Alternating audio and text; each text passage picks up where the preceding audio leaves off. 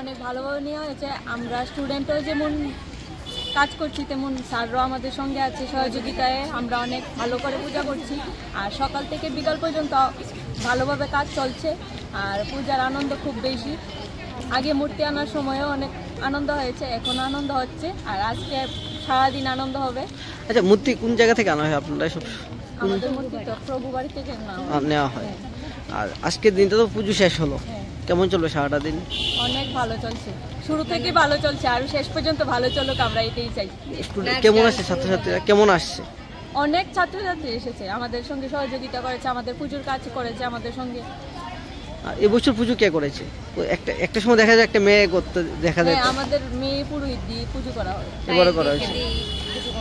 পায়েল চক্রবর্তী দিদির নাম, এই দিদি আমাদের কলেজে পুজো করে, সব বাড়ি পুজো করে।